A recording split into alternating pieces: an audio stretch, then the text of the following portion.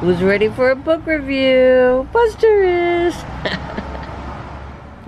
Hello friends, and welcome back to my channel, Wrestling with Books. I thought I would take a seat down here on the floor so I can chill with the cat and tell you about one of my recent reads. Sorry for the wine box in the back. You know, that was one of those boxes I went to buy. Okay, I'll tell you about this because it was really exciting. I went to the wine store just to innocently, you know, well, no. Okay. I was looking for wine for a friend for a gift. And I found this closeout sale of the canned wines.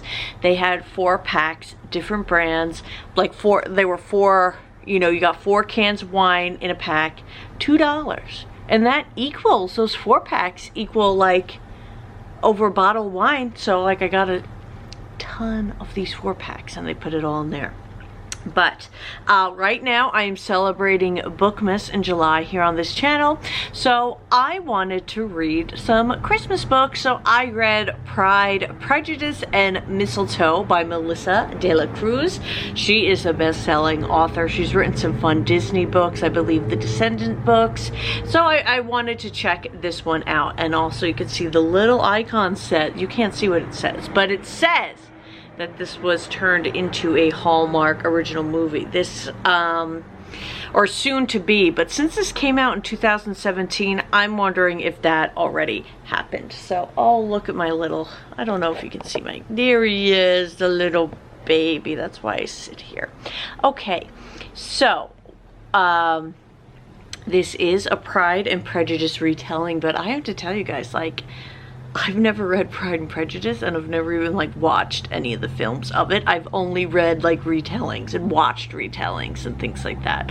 But you know, I think I get from all the retellings a good understanding of this. And this book was a lot of fun. It was an easy read, about 3 hours or so to read.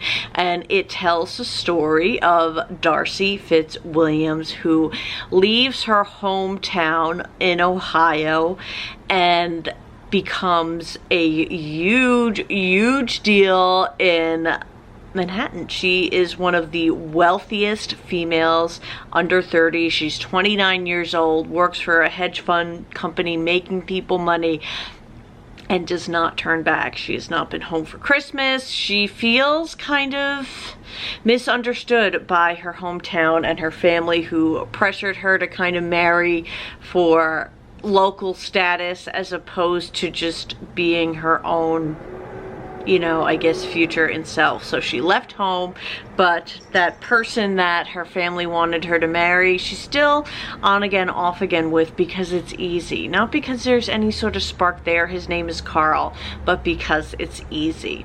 Darcy ends up coming home for Christmas when her mother has fallen sick. I believe she had a heart attack. And so she's kind of seeing what she's missed all these years being home. And that includes running into Luke Bennett. And the chemistry is very... And this is just written chemistry, but you feel it from the page. The chemistry is there and hot between these two, and I really liked it. Just because they had chemistry, though, didn't make it as smooth sailing as, you know, you would think, because when you have chemistry on, like, you know, page 1 with these two, it's like, all right, well, where does the story go from here? Clearly, they're meant to be, but it is not that simple, and it is not that easy. Luke is engaged. Darcy has an ultimatum from Carl as to whether or not they're gonna, you know, he can't do this on again, off again anymore. She has things going on with her family. What is she doing with her work, etc. So this does almost have kind of Christmas Carol vibes to it, because there is a point in the story where Darcy kind of assesses who she is and wants to improve upon it. The Christmas feels in this are very, very good. You get ice skating scenes, you get Christmas party scenes, and you get family Christmas gift openings and all the fun stuff. So for a Christmas read, I think this one is really fantastic, especially for a Christmas romance. It hit all the marks. So first off, it's, oh, look who's so tired. I know, talking about books is exhausting. It has, you know, it's a great retelling, and I think retellings are just kind of fun at Christmas. I don't know. And it has all the Christmas vibes. It has a nice romance, and it's not a daunting heavy read. It's just a fun read with Christmas and chemistry. So I would add Pride, Prejudice, and Mistletoe to your Christmas book list and reading list this year. As you know, I read it in July, and that was fine by me. I think you could read this any time of year, but if you're saving this for your holiday reading, then by all means, I say add it to your list. I got this from my local library as an ebook rental, so maybe you can do the same. I'm gonna stop for a thumbnail quick. I think we got some options, right?